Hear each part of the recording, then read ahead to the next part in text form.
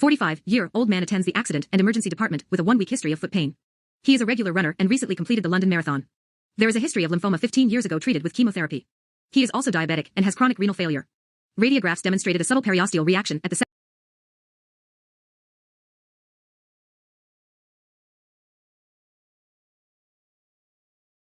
second metatarsal shaft. Bone scan shows focal tracer uptake in the second metatarsal region. What is the most likely diagnosis?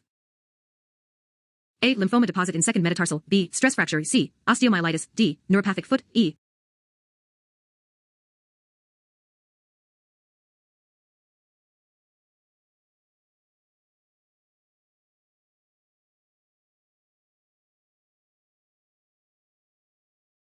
Two. B. Peripheral nerve sheath tumor.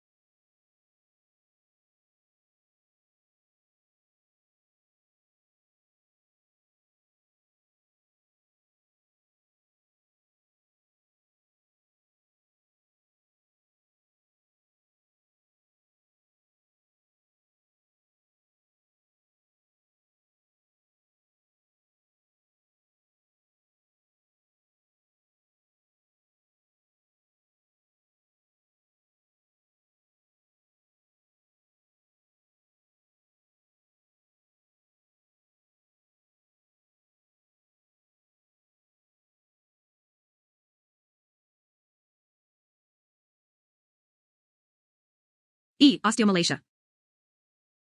2. A 55-year-old housewife attended her GP with a gradually growing soft tissue swelling on the dorsum of her foot for 1 year. The swelling is tender and mobile in a side-to-side direction. Ultrasound shows a 4 cm hypervascular lesion on the dorsum of the foot between the tendons of extensor hallucis and extensor digitorum. MRI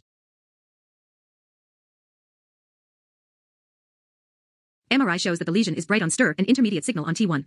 It shows homogeneous enhancement with gadolinium. What is the most likely diagnosis? A. Soft tissue ganglion. B. Peripheral nerve sheath tumor. C. Lipoma. D. Liposarcoma. E. Callus from a previous fracture. CH02.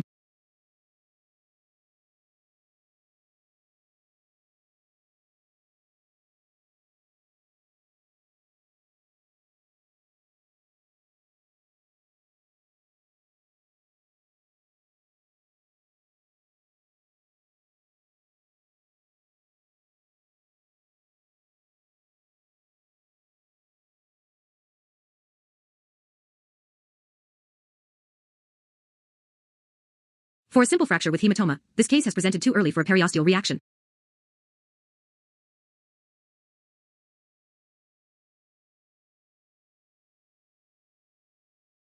(42) Musculoskeletal system and trauma. Answers. 1. B. Stress fracture. This is the most likely diagnosis as this is a very common site for stress fractures in the feet of runners, especially affecting the second and third metatarsals.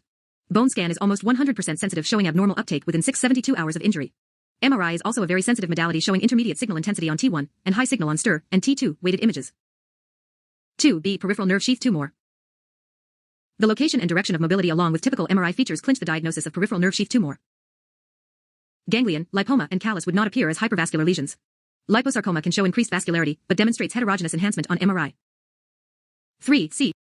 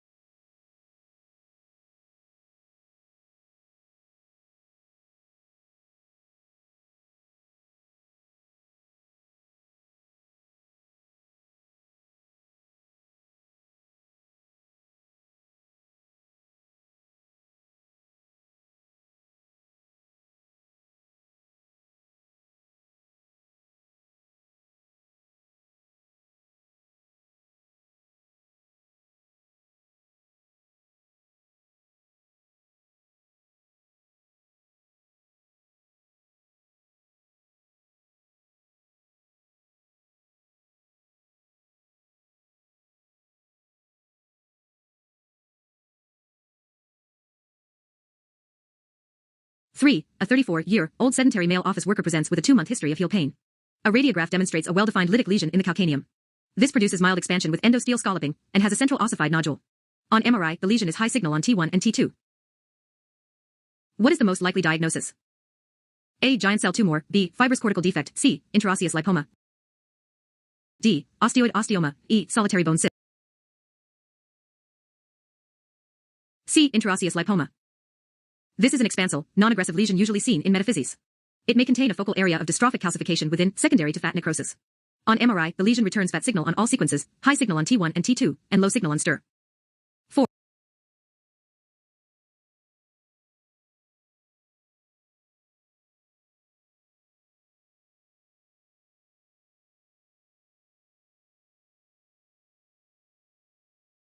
Cyst.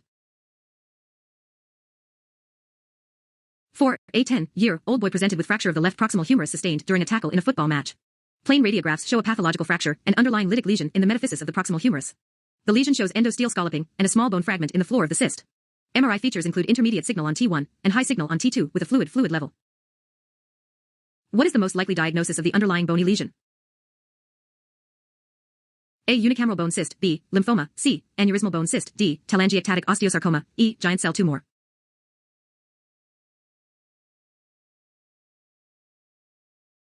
4. A. Unicameral bone cyst. This is usually asymptomatic unless fractured. The lesion usually is 2-3 cm in size, usually in the metaphysis, with its long axis parallel to the long axis of the bone. There may be endosteal scalloping of the bone and a fallen fragment sign. If fractured, centrally dislodged fracture fragment falls into a dependent position in the cyst. 5. D. Ewing sarcoma.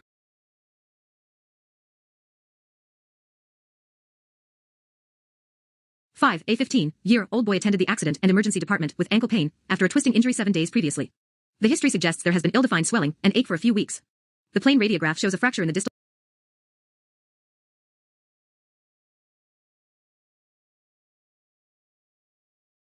fibula.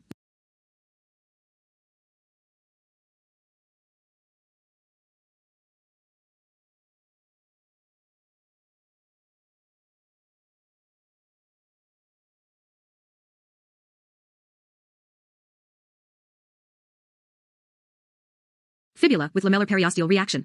There appears to be an associated soft tissue bulge. What is the most likely diagnosis? A. Fracture with large hematoma. B. Neuroblastoma metastasis. C. Lymphoma. D. Ewing sarcoma with fracture. E. Osteomyelitis. Sarcoma with fracture. For a simple fracture with hematoma, this case has presented too early for a periosteal reaction. Neuroblastoma metastasis could be considered in a child less than 5 years old, and lymphoma should be considered in patients over 30 years age.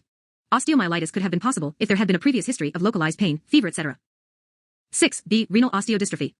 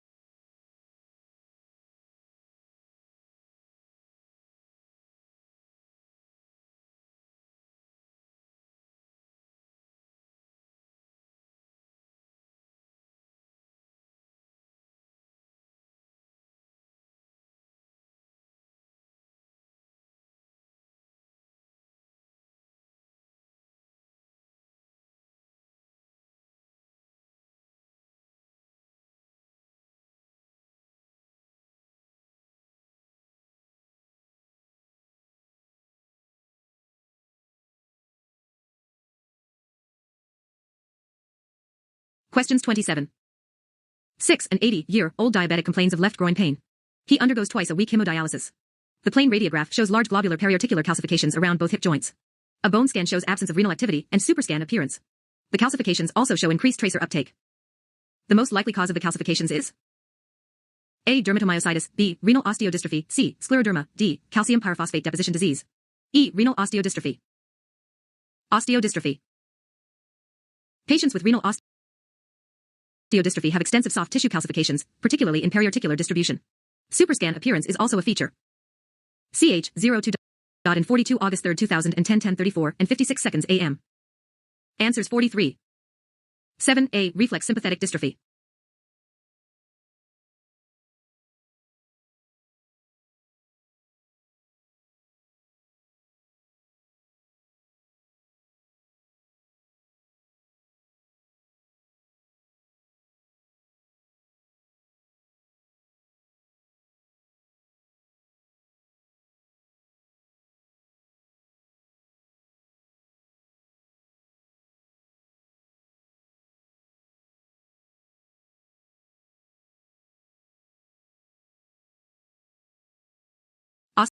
Osteodystrophy. 7. A 65-year-old woman with chronic rheumatoid arthritis had fracture of the lateral malleolus, which was treated by a cast immobilization. Since removal of the plaster, the foot has been swollen and painful on movements.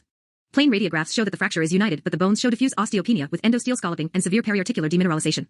Bone scan shows increased uptake on 3-phase scintigram. The most likely cause of the patient's symptoms is A. Reflex sympathetic dystrophy, B. Transient regional osteoporosis, C. Myelomatoses, D. Infection, E. Diffuse osteoporosis.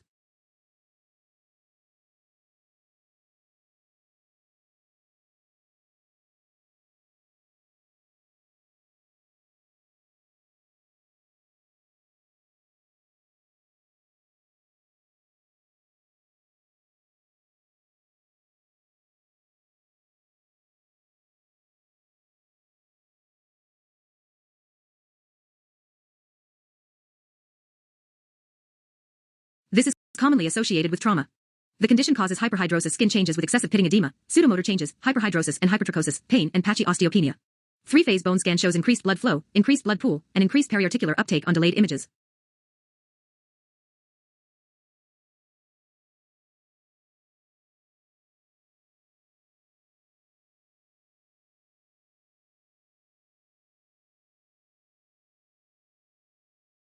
Osteoporosis. 8. A 40-year-old woman with lung cancer and multiple liver metastases presents with back pain and left L5 radiculopathy. Plain radiography demonstrates prominent vertical striations in L4 vertebral body. MRI scans demonstrated a sequestrated disc pressing the left L5 nerve root in the lateral recess. The L4 vertebral body shows a well-defined lesion, returning high signal on T1 and T2. The lesion in the L4 vertebral body is A. Interosseous ganglion, B. Metastatic deposit from lung cancer, C. Hemangioma, D. Osteoid osteoma, E. Schmorl's node.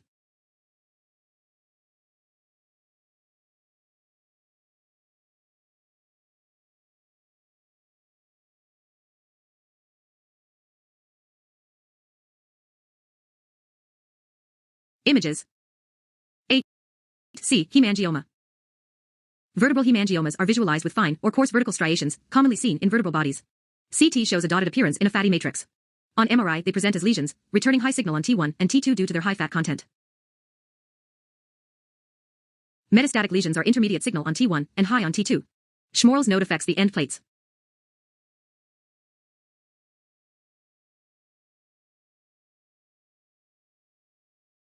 (28) Musculoskeletal system and trauma. 9. A 20-year-old athlete presented with chronic leg pain relieved with aspirin. The plain radiograph shows 2-3 cm area of sclerosis and cortical thickening in the mid-half tibia. CT shows a 1 cm lytic lesion with central mineralization. MRI demonstrates a bone edema pattern but normal surrounding soft tissues. The most likely cause of underlying pathology is A. Stress fracture, B. Ewing sarcoma, C. Osteomyelitis, D. Enchondroma, E. Osteoid osteoma.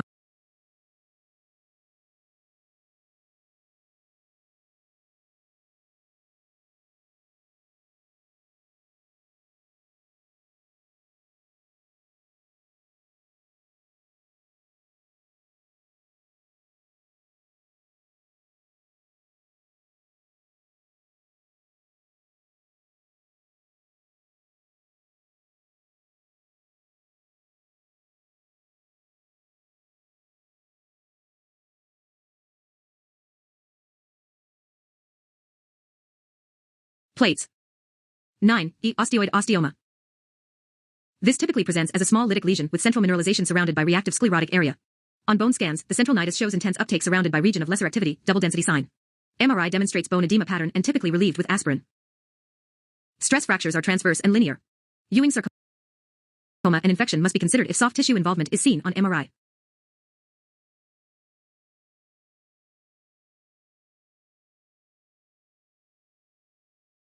Osteoma. 10. A 40-year-old mother presents with knee pain. Plain radiographs show an eccentric, expansal, lytic lesion with a narrow zone of transition in the lateral femoral condyle extending to subarticular bone. The lateral cortex is thinned but no periosteal reaction or sclerosis is seen. MRI shows a well-defined bony lesion with intermediate signal on T1 and mixed signal on T2 and multiple fluid levels. The most likely diagnosis is A. Benign fibrous histiocytoma, B. Giant cell tumor, C. Telangiectatic osteosarcoma, D. Brody's abscess, E. Simple bone cyst.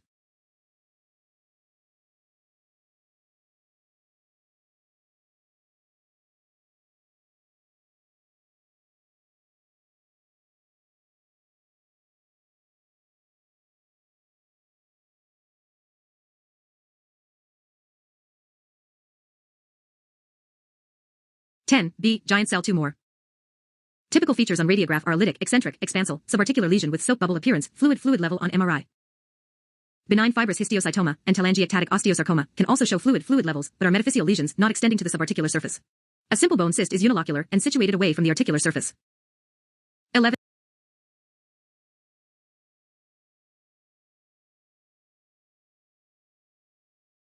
Cyst.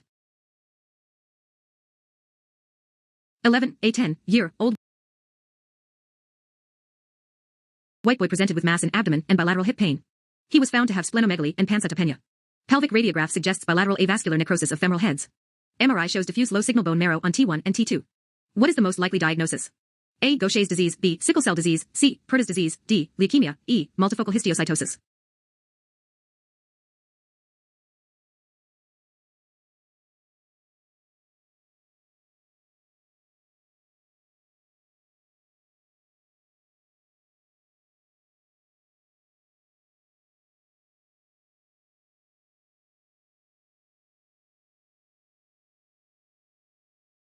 A. Gaucher's disease.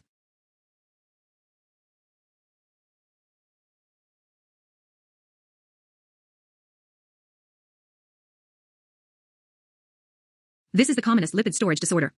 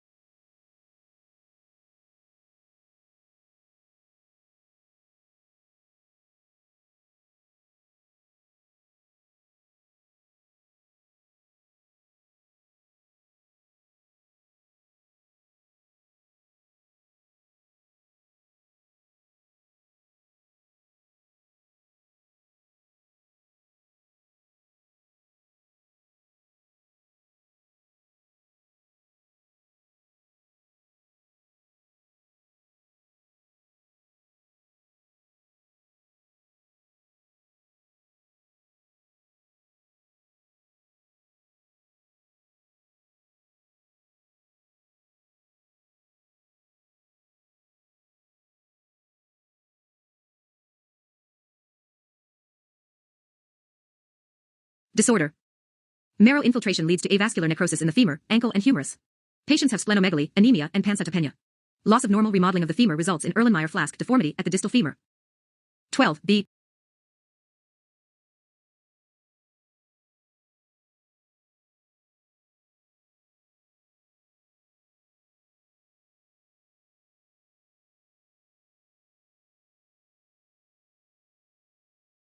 Questions 29. 12. A 40-year-old man presents with right knee pain. Plain radiography shows a large joint effusion. MRI of the knee shows multiple foci of low signal intensity seen in the synovium on T1, T2, and gradient echo sequences. There is a moderate joint effusion. The most likely diagnosis is A. Hemangioma, B. Pigmented villonodular synovitis, C. Rheumatoid arthritis, D. Synovial sarcoma, E. Synovial chondromatosis.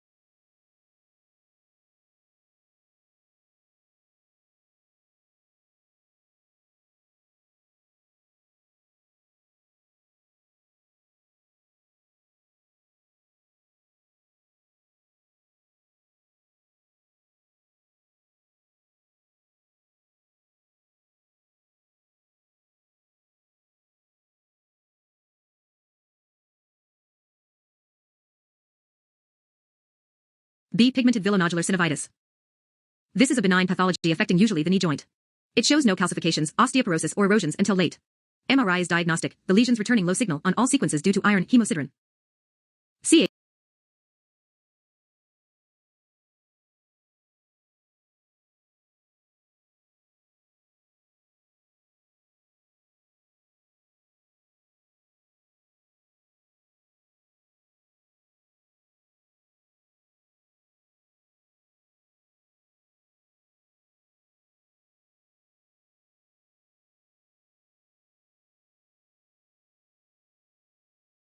Chondromatosis.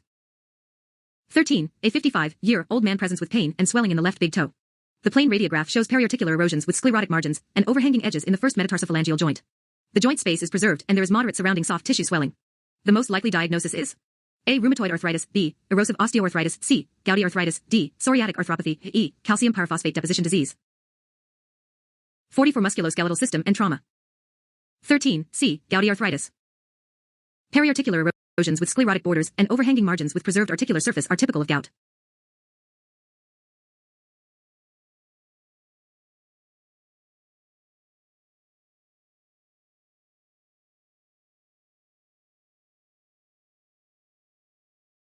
Rheumatoid arthropathy has non-proliferative marginal erosions, symmetrical distribution, and joint space narrowing. Psoriasis show progressive joint destruction with erosions. Erosive osteoarthritis is symmetrical with erosions, the articular surface calcium pyrophosphate deposition disease is polyarticular and shows chondrocalcinosis and joint space narrowing.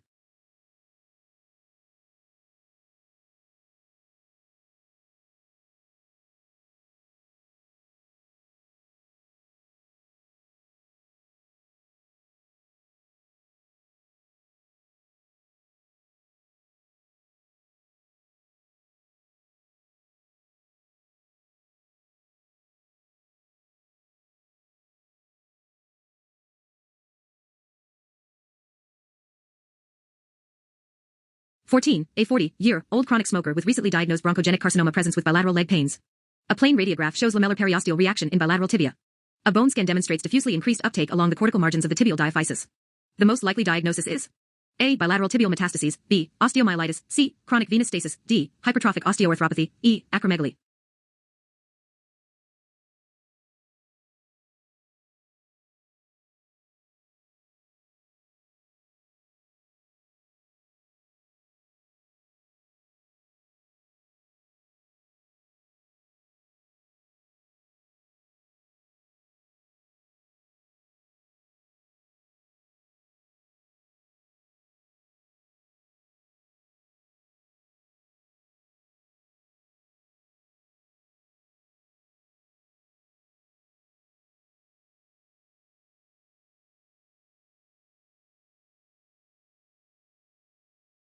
D. Hypertrophic osteoarthropathy. This is seen in multiple conditions, e.g. malignant tumors of the lung, some benign lesions, chronic chest infections. The condition manifests as cortical thickening and lamellar periosteal reaction in the diametaphyseal regions of the long bones. Bone scanning shows symmetrical uptake along the cortical margins of the diaphysis and metaphysis of tubular bones.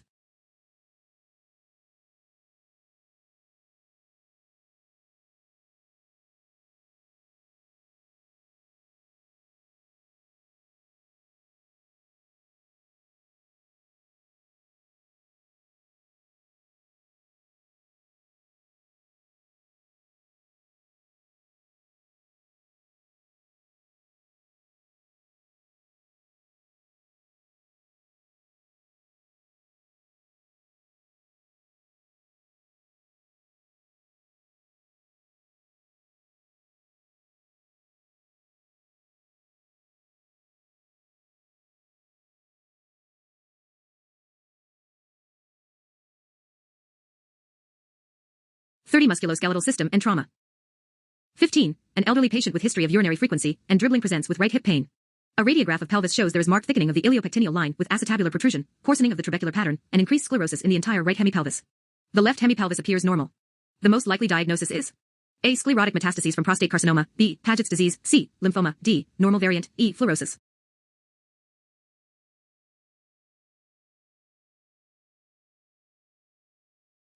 B. Paget's disease. Asymmetrical cortical sclerosis and trabecular thickening is seen in Paget's disease. Metastatic disease of the prostate is unlikely to affect only a hemipelvis and does not directly cause acetabular protrusion. Fluorosis causes generalized sclerosis of the bones in the body.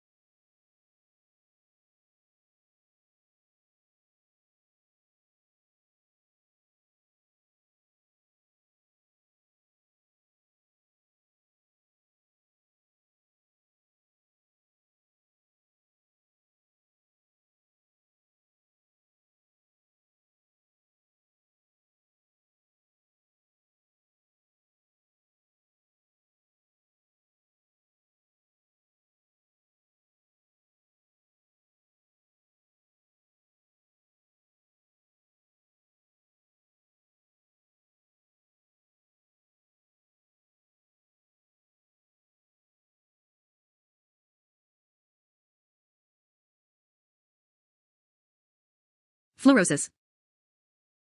16. A 35-year-old man presents with knee pain. MRI shows a 1.5 centimeters homogeneous, ovoid lesion which pushes the medial collateral ligament. It returns high signal on STIR and T2 images. There is also a horizontal cleavage tear of the posterior horn of the medial meniscus, and a radial tear of the lateral meniscus. The most likely cause of the lesion is A. Dissecting Baker's cyst, B. Ganglion, C. Pes anser inus bursa, D. Hemangioma, E. Meniscal cyst.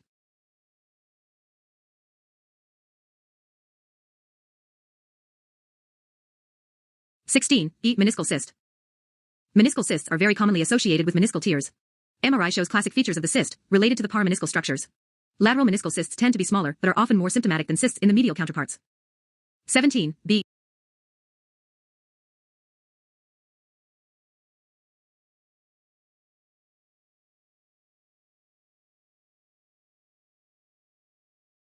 Cyst. 17. A 21-year-old man presents with multiple swellings and focal areas of bluish discoloration in both hands. Plain radiograph of the hands show multiple, well-defined, expanded lytic lesions in the metacarpals. These lesions show stippled calcifications in the matrix and cause cortical thinning. Multiple small round calcifications are seen in the surrounding soft tissues. The most likely diagnosis is A. Allius disease, B. Maffucci syndrome, C. Metastases, D. Diaphyseal achlysis, E. Kaposi sarcoma.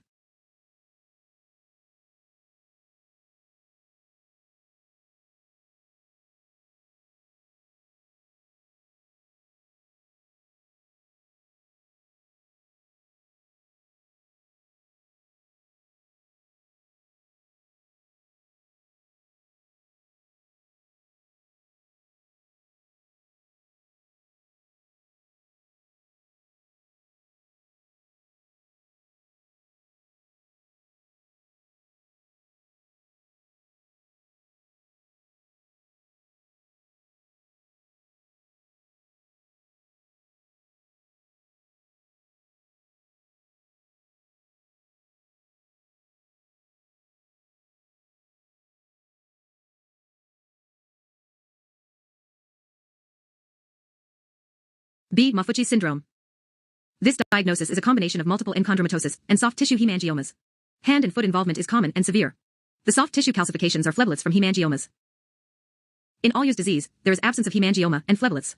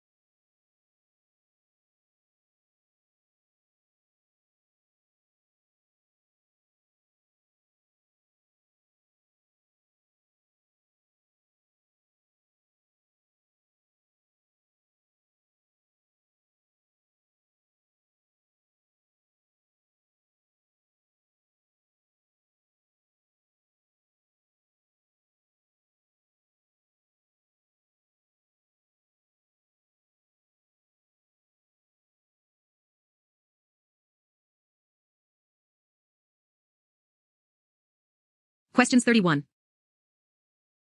18. An 80-year-old woman complains of pain in both hands. Radiography of the hands shows bilateral central articular seagull erosions affecting the interphalangeal joints of fingers in both hands. Mild periarticular osteoporosis is seen. The most likely diagnosis is A. Osteoarthritis, B. Erosive osteoarthritis, C. Calcium pyrophosphate deposition disease, D. Gouty arthropathy, E. Rheumatoid arthritis.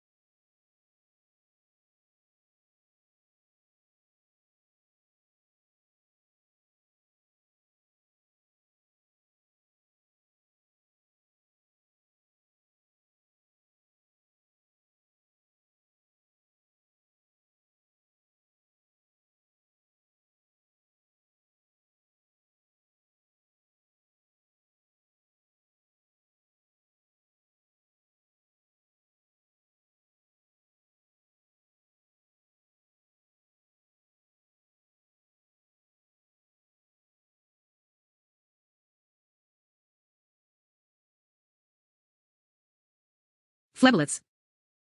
18. B. Erosive osteoarthritis. Central articular erosion with a seagull pattern, ankylosis, and periarticular osteoporosis is typical of erosive osteoarthritis. This is seen in older women and is usually limited to hands, particularly affecting the proximal interphalangeal joints. CH 02. And 44 August 3, 2010 10:34 and 56 seconds AM. Answers 45.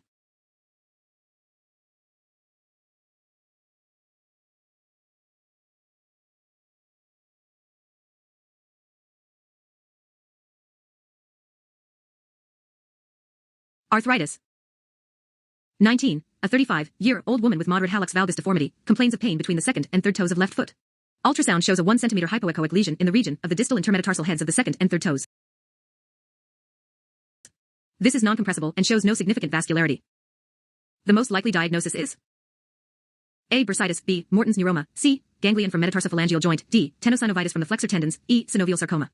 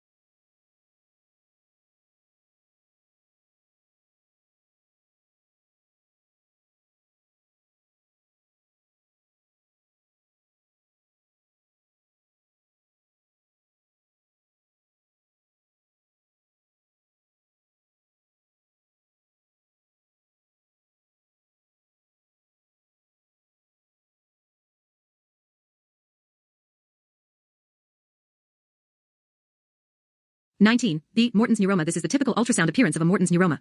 Treatment is conservative or surgical removal. On MRI, the lesion appears as intermediate signal intensity on T1 and T2. Bursitis is compressible on ultrasound probe pressure.